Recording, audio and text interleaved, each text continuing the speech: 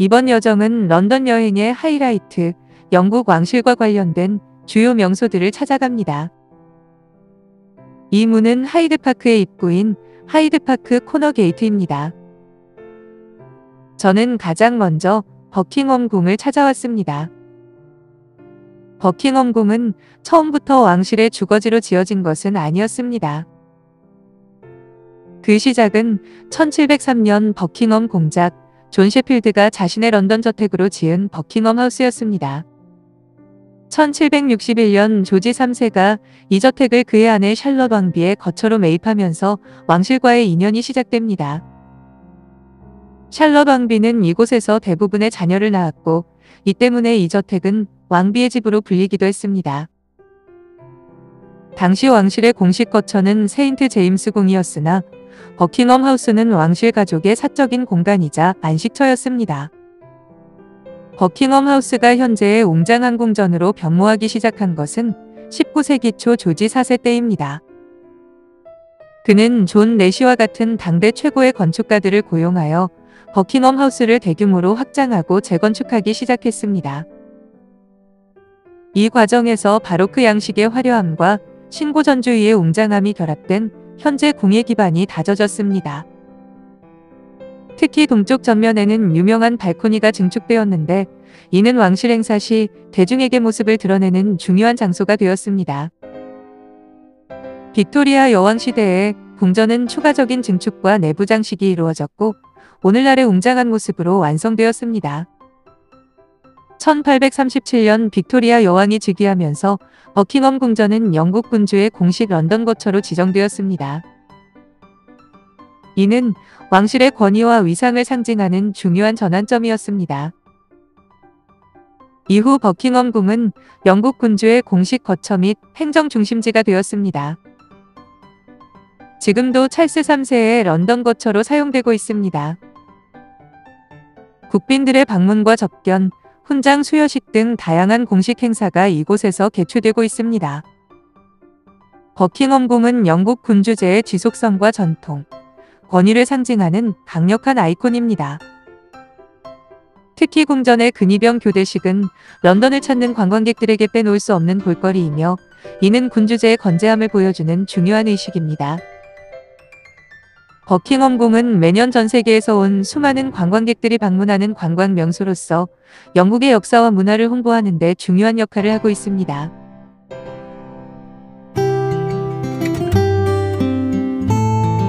버킹엄 궁 바로 앞에는 세인트 제임스 파크가 자리하고 있습니다. 세인트 제임스 파크는 런던에서 가장 오래되고 아름다운 왕실 공원 중 하나입니다. 처음에는 헨리 8세가 세인트 제임스 궁을 건설할 때 사냥터로 조성했던 곳입니다. 이후 찰스 2세 때 프랑스의 베르사유 궁전의 정원을 모방하여 현재와 같은 공원 형태로 재정비되었습니다. 이 공원에는 잘 가꿔진 정원과 산책로가 있어 런던 시민들과 관광객들에게 여유로운 쉼터가 되고 있습니다. 공원의 중심에는 길다란 호수가 있으며 이 호수에는 덕 아일랜드와 웨스트 아일랜드라는 두 개의 작은 섬이 있습니다. 이 호수에는 펠리컨, 백조, 오리 등 다양한 종류의 새들이 서식하고 있어 자연 친화적인 분위기를 자아냅니다.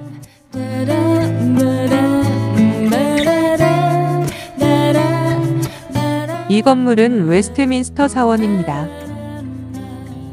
웨스트민스터 사원은 고딕 양식의 대성당으로 영국의 역사와 깊이 연결된 상징적인 곳입니다. 웨스트민스터 사원의 기원은 7세기경 베네딕토의 수도원이 세워진 시점까지 거슬러 올라갑니다. 전설에 따르면 어부였던 성 베드로가 템즈 강변에 수도원을 세웠다고 전해지지만 역사적으로는 1045년 에드워드 국왕이 옛 수도원 자리에 로마네스크 양식의 교회를 지으면서 시작되었습니다. 오늘날 우리가 보고 있는 사원은 13세기 중반 헨리 3세가 프랑스의 고딕 양식의 영감을 받아 기존 교회를 재건축하면서 조성되었습니다. 1517년 헨리 7세 예배당이 완성되면서 현재의 모습을 갖추게 되었습니다. 웨스트민스터 사원은 1066년 윌리엄 1세의 대관식이 거행된 이래 거의 모든 영국 군주의 대관식이 열린 곳입니다. 이처럼 웨스트민스터 사원은 영국 왕실의 권위와 국가의 정통성을 상징하는 핵심적인 곳입니다. 대관식뿐만 아니라 왕실의 결혼식, 장례식 등 중요한 국가 행사가 이곳에서 치러지면서 영국의 역사와 전통이 살아 숨쉬고 있는 공간입니다. 한편으로는 수많은 위인들의 안식처이자 기념 공간으로서 영국의 지적 문화적 유산을 보존하고 기리는 역할을 합니다. 많은 왕족과 귀족, 아이작 뉴턴, 찰스 다윈, 찰스 디킨스 등 영국의 위대한 인물들이 안장되어 있거나 기념하고 있는 곳이기도 합니다. 고딕 양식의 웅장함과 세밀한 장식은 예술적 건축적 가치를 더하며 방문객들에게 큰 감동을 줍니다. 웨스트민스터 사원 바로 옆에는 팔러먼트 광장이 있습니다. 이 광장은 사원과 함께 영국 국회의사당, 빅벤과 같은 런던의 주요 랜드마크에 둘러싸여 있습니다. 이 광장은 영국의 민주주의와 정치의 중심부를 상징하는 공간입니다. 팔러먼트 광장에는 영국의 역사와 정치 사회에 지대한 영향을 미친 여러 위인들의 동상이 세워져 있습니다. 이 동상들이 팔러먼트 광장에 세워져 있는 이유는 민주주의와 자유의 상징성 때문입니다. 이곳에 세워진 동상들은 대부분 민주주의, 인권, 자유, 평등과 같은 보편적 가치를 옹호하고 이를 위해 헌신했던 인물들입니다. 이들의 존재는 영국이 지향하는 가치를 대내외적으로 천명하는 의미를 지닙니다. 이곳에 있는 인물들은 영국에만 국한되지 않고 전 세계 역사에 큰 영향을 미친 인물들도 포함되어 있습니다. 이는 영국이 국제사회에서 가지는 역할과 책임을 상기시키며 인류 보편의 가치를 존중한다는 메시지를 전달하고 있습니다. 여기에 더해 국가적으로 중요한 인물들의 정신을 기억하고 추모하기 위한 공간으로서의 역할도 하고 있습니다.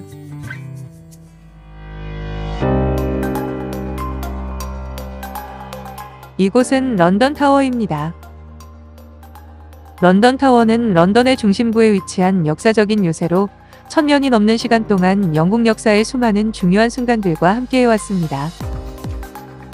런던 타워의 역사는 1066년 윌리엄 1세가 런던의 방어를 강화하고 자신의 권력을 공고히 하기 위해 템즈 강변에 화이트 타워를 건설하면서 시작되었습니다. 화이트 타워는 런던 타워의 중심이자 가장 오래된 시설이며 이후 수세기 동안 여러 왕들에 의해 다양한 건물과 방어 시설이 추가되면서 현재의 거대한 요새의 모습을 갖추었습니다. 런던 타워는 로마 시대부터 현대에 이르기까지 다양한 건축 양식과 시대를 보여주는 중요한 역사적 유적입니다.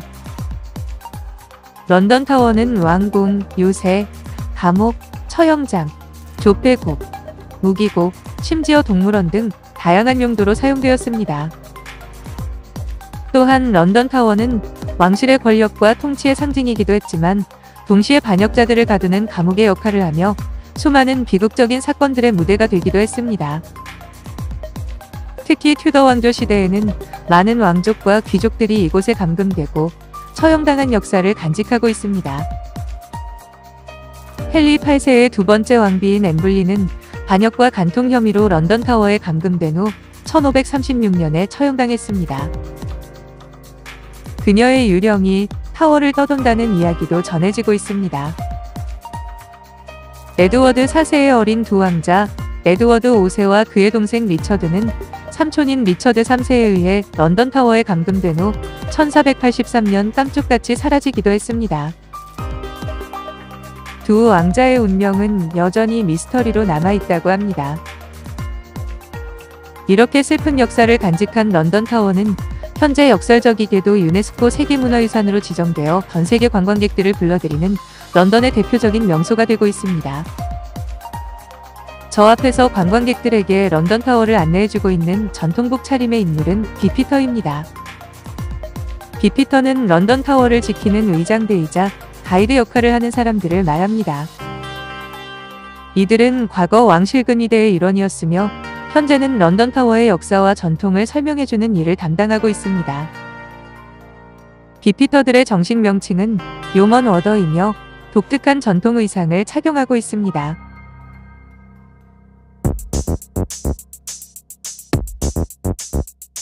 영국의 펍에서는 서서 술을 마시는 버티컬 드링킹이라고 하는 독특한 펍 문화가 있습니다. 펍 안과 밖에서 맥주를 들고 자연스럽게 이동하며 다른 사람들과 이야기를 나누고 교류하는 영국 특유의 음주 문화라고 합니다. 우연히 마주한 이 장면이 저에게는 참 신기하게 다가왔습니다.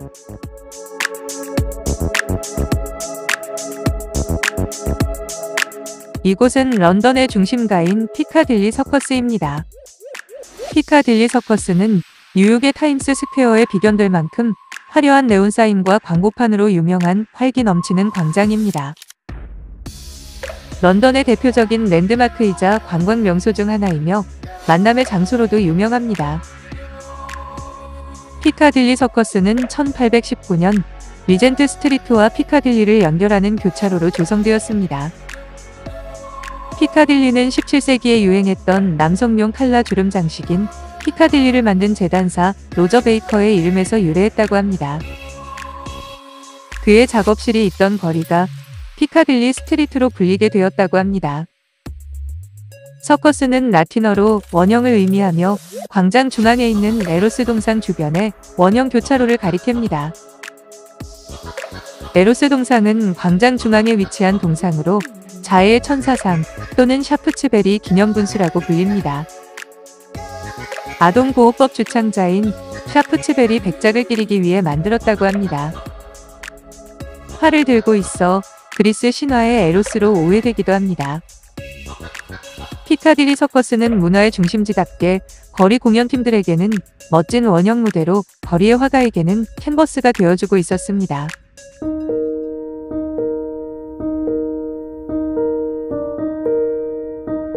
여기는 대형 박물관입니다. 대형 박물관은 영국 최대의 국립공공박물관으로 세계에서 가장 크고 중요한 인류 역사, 예술, 문화 박물관 중 하나입니다. 약 800만 점에 달하는 방대한 소장품은 인류의 시작부터 현재까지의 문화를 기록하고 있습니다. 대형 박물관은 1753년 아일랜드 출신의 의사이자 박물학자였던 한스 슬론경이 약 7만 1000점에 달하는 소장품을 영국 왕 조지 2세에게 기증하면서 설립되었습니다. 이후 1759년 1월 일반 대중에게 처음 공개되었으며 당시에는 현재의 위치에 있던 몬테규 하우스에 자리하고 있었습니다. 1824년 런던 내셔널 갤러리가 개관하면서 박물관에 있던 많은 회화 작품들이 갤러리로 옮겨졌습니다. 1997년 대형 도서관이 새로운 건물로 이전하기 전까지는 도서관과 박물관이 한 건물에 있었습니다. 대형 박물관의 소장품은 전 세계 모든 대륙의 유물들을 포함하며 특히 고대 문명 관련 유물이 많습니다. 카이로 박물관을 제외하면 전 세계에서 가장 방대한 이집트 유물을 소장하고 있습니다. 특히 고대 이집트 상형 문자를 해독하는 데 결정적인 역할을 한 로제타 석은 박물관의 가장 유명한 소장품 중 하나입니다. 주요 소장품으로는 람세스 2세의 흉상, 파르테논 조각상, 에페소의 아르테미스 신전 조각, 세계 7대 불가사의 중 하나인 마우솔로스의 영묘 유물 등이 있습니다. 그리고 고대 아시리아의 점토판 문서와 아시리아 왕들의 사자 사냥 장면을 담은 부조도 인기 있는 소장품 중 하나입니다.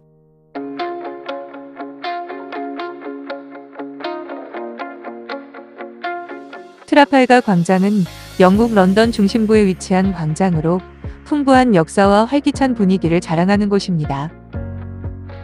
트라팔가 광장은 1805년 나폴레옹 전쟁 중 영국 해군이 프랑스 스페인 연합 함대를 격파한 트라팔가 해전의 승리를 기념하기 위해 명명되었습니다.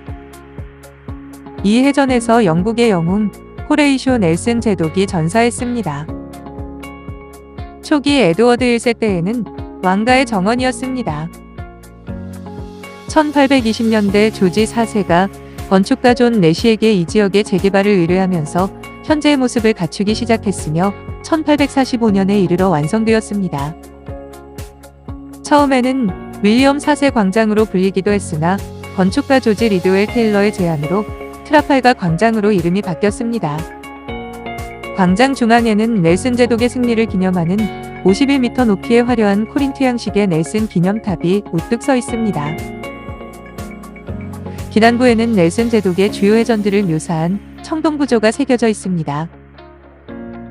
기둥 주변에는 4마리의 사자상이 넬슨 기념탑을 지키고 있습니다.